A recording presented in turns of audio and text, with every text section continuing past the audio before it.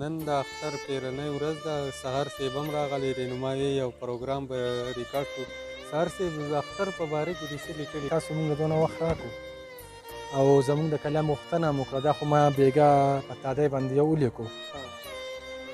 ستا نه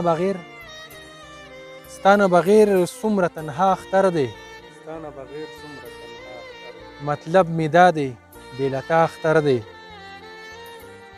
رسم دی ټول د انا جنګ خوړلی، رسم دی ټول د انا جنګ خوړلی، که د ساقي که د ملا اختر دی.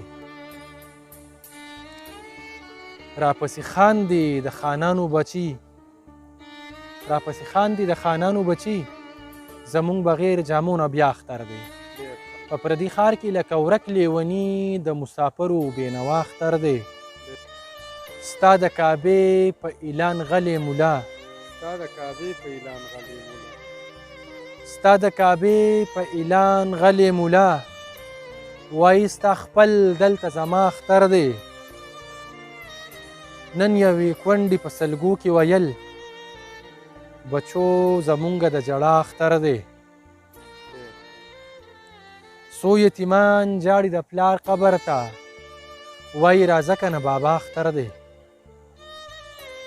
زما او ستا روجه تر عمره عمره، زما او ستا روجه تر عمره عمره، سهره نور خو د دنیا اختر دی، سهره نور خو د دنیا اختر دی.